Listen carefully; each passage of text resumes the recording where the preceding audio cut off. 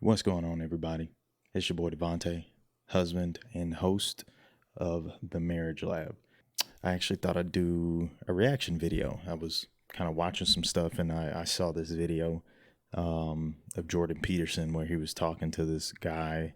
I actually don't even know what he does, but either way, I figured it'd be cool to kind of go through it. I haven't fully watched it yet. I stopped it where it was, so let's go.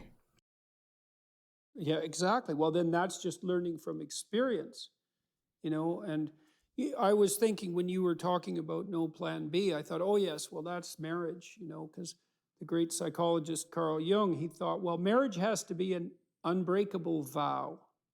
Why? Because you have to be in 110%. And if you have a backup plan, which is, well, if this doesn't work out, I can always find someone else. It's like when adversity comes, which it will, because you're bound together with this person for life, and life is adversity, then if you have this lurking way out, you're not going to do the work necessary to struggle through what you have to struggle through to continue to forge the relationship with your wife. And 100% true, man. 100% true. I was talking with a coworker earlier, and we were kind of like talking about like how long we had been in our respective relationships, and it was kind of interesting because their relationship was kind of like, what was it, 3 years or something like that, which I'm like, that's still pretty cool. It's 3 years. You've made it a lot longer than most people nowadays. And I ended up saying how long me and Desiree had been together. And it's funny because a lot of people are surprised by that. And I'm just like, it takes work, obviously. Like, there's been a lot of transition, especially with us, like getting married young and stuff like that. There's been a lot of transition, but it's work. You put in work on your side, you put in 100% on your side, and they put in 100% on their side. And, you come together to make something great. so we even know this, I would say, clinically in some real sense. So imagine there's two competing hypotheses. One is, well, you have to learn to be married, and maybe you should give it a trial run. And so before you get married, which is this full 110% commitment with no plan B, you live together. And then you learn if you're compatible, and if it works, you proceed to marriage. And I don't think that's a good idea. No, I don't know where he's going with this, so let's see. in that case, if that theory is right, the people who lived together before they got married would be less likely to be divorced. But they're not. Okay. They're more likely to be divorced. Really? Absolutely. And I think the reason for that is because they were testing it out the whole time. Well, it's hard to say. That's one possibility, is that people more likely to get divorced are also more likely to live together, right? So they just don't have as much respect for the conventions. But the other possibility is, well, what are you saying when you live with someone? What are you really saying? And I know what you're saying. I know what it is. It's like, I find you acceptably attractive for now, but there's some real possibility that I could do better. And maybe you could. Is that true? Is that true? I mean, me and Desiree didn't live together before we got married. So I honestly don't know. If you guys did this, or if you're not married, or if you currently live with the person that you're considering marrying, let me know down below. Too. And if you'll allow me the possibility that I can trade up, I'll allow you that possibility. And in the meantime, we'll just exploit each other and see how it goes. It's like, well, how the hell are you going to forge a lasting relationship on that basis? Maybe it has to be something like, There's no commitment. well, I'm pretty bloody thrilled to have you, given all my flaws, and hopefully you feel the same way about me if I'm fortunate, and let's go all in on this. Like 100%, knowing it's going to be a catastrophe, because life is a catastrophe. We're not going to step outside. We're going to make the best of this, and we're going to swear to do that, because that'll give us the fortitude necessary to actually be desperate enough to make it work. And so that's no plan B, man. And 100% true.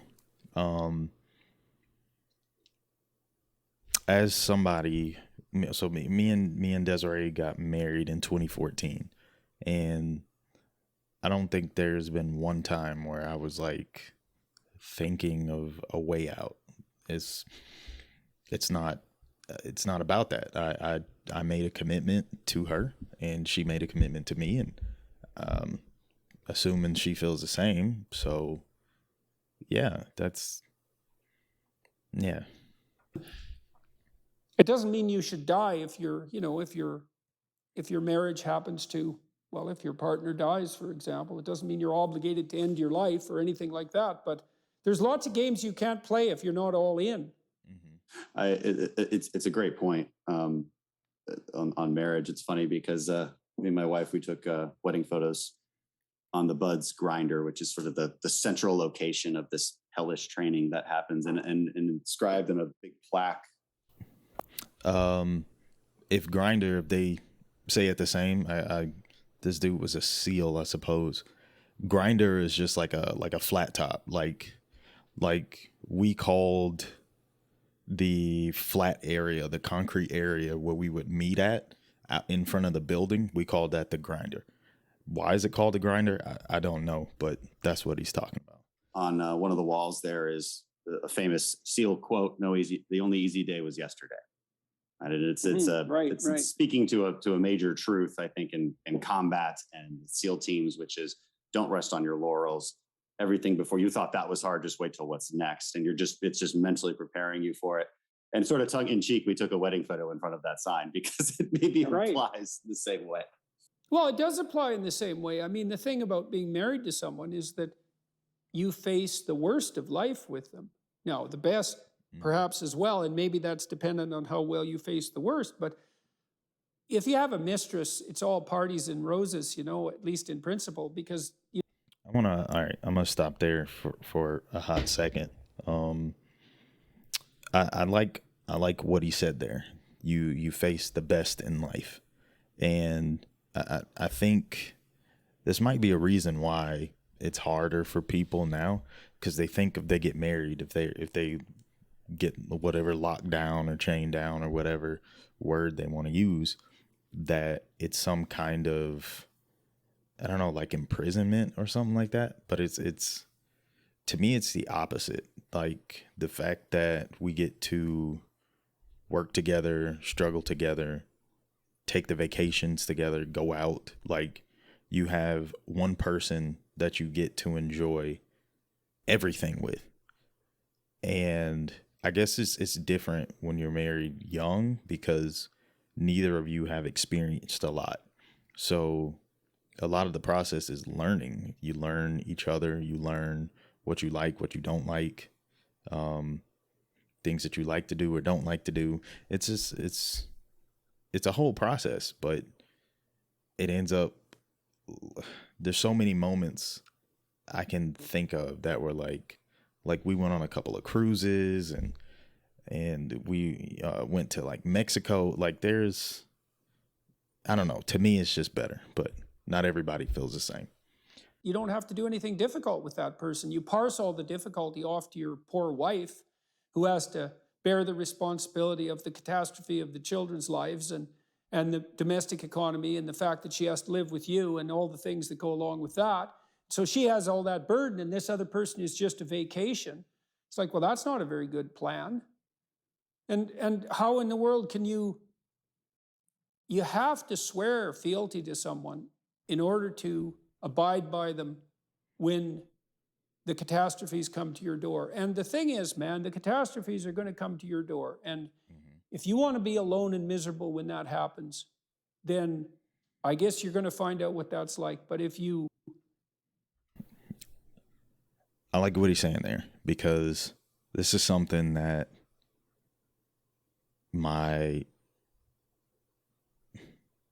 somebody that I know, I won't say who, said that they wanted to be married before they went overseas somewhere. And it was really interesting to me because I thought about it. I'm like, why? why is that always the case? It seems like with a lot of military people, that seems to always be the case, that, you know, they want to be married or get married or whatever, have like something signed off to somebody before they leave. And I watched this video where this woman had to get like some surgery or something like that. And she's sitting in her car and she's crying. And she's crying because she's like, I think she says she's like 45 years old and she doesn't have a man to be beside her to go through this. She has to rely on her mom, you know, 45 years old, and she has to rely on her mom. And she's like, oh, and my sister. And I'm like, yeah, I guess that would be really lonely to not have anybody with you at that age going through something like that. That's, I don't know, it's even scary to think about. If you have that bond that won't break, then maybe you can guide each other through the darkest places. I'm going to read something else you said here, and this is very, very much worth stressing. Why duty, and how is that associated with happiness? Well, maybe we find our happiness in pursuing our highest duty. I was reading Exodus. My last video. You find happiness in pursuing your highest duty. 100%, man. I've been wanting to like mentor.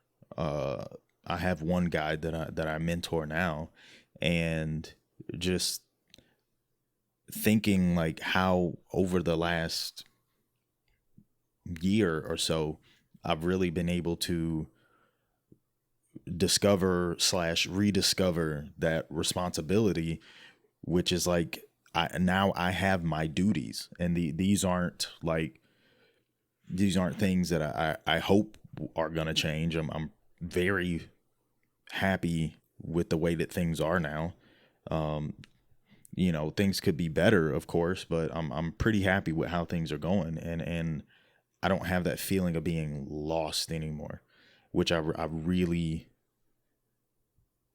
appreciating. Like every day, I know my job, I know my duty, I know what my responsibilities are, and I go to work and I do that, and that's, you know, that's me taking care of my family, and I love it, man. Got a couple more minutes here. Seminar in Exodus in Miami last week, and I had great scholars there to help me walk through it. And one of the things that's very interesting about Exodus is that when God tells the pharaonic tyrant to free the Israelites, he always uses the same phrase, and you only ever hear half the phrase. He has Moses say, "Let my people go." Now you hear that phrase all the time, but you don't hear the second half of the phrase, which is repeated, I think, 9 times, one for each plague, perhaps 10 times, because there's actually 10 plagues. Let my people go so that they may serve me in the wilderness. If you count the devastation of the firstborns, that's the 10th plague. God has Moses say, "Let my people go, that they may serve me in the wilderness." And that's really interesting, because it's not, and Dennis Prager pointed out that the word freedom isn't used once in the Exodus narrative. And it's because the freedom from tyranny isn't hedonism. It's not the blind pursuit of passions. It's the servitude to a higher purpose. Proper freedom is servitude to a higher purpose, voluntarily accepted servitude to a higher purpose, perhaps the highest purpose, which is what God calls the Israelites to. And you say in your book here, purpose is meaning. Mm-hmm. That's a hell of a thing if it's true. Purpose is meaning, especially if you find purpose in duty and responsibility, and I think you genuinely do in sacrifice. I think that's true, deeply true. Purpose is meaning, and meaning is happiness. We don't think about happiness enough, and when we do not necessarily think about it properly. Happiness is neither joy nor entertainment. It is an ontological condition fundamental to our existence as humans. It's notable that when the founders drafted the Declaration of Independence, they listed up front 3 things to which we are all entitled: life, liberty, and the pursuit of happiness. All right. That pretty much ends that video. But yeah, I've actually been watching that, the Exodus series, and well, there's a whole thing I can go into about that, but it's been really eye opening, I'll say. And yeah, but I mean, everything about this is 100% right. You know, the title of the video is "Be Desperate Enough to Make It Work," and I don't know about the desperate part, but you have to want it to work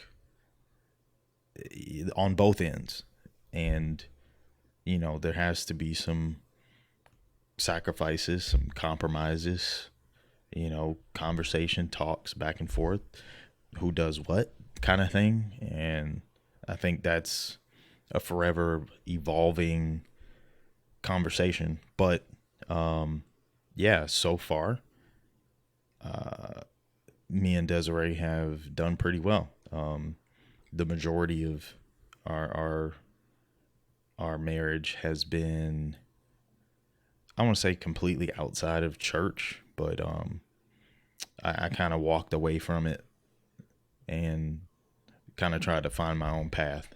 So it wasn't necessarily a religious aspect that's like holding us together, or from my side anyway. It was just, I've always wanted that kind of commitment, and when I saw Desiree, I guess I got it. Anyway, that's going to do it for this video, guys. Hope you guys enjoyed. If you did, make sure you leave a like, leave a comment down below. Let me know what you thought about the video. If you guys are married, how long have you been married? How long have you been together with someone else? And yeah, we'll catch up down there. Have a good one.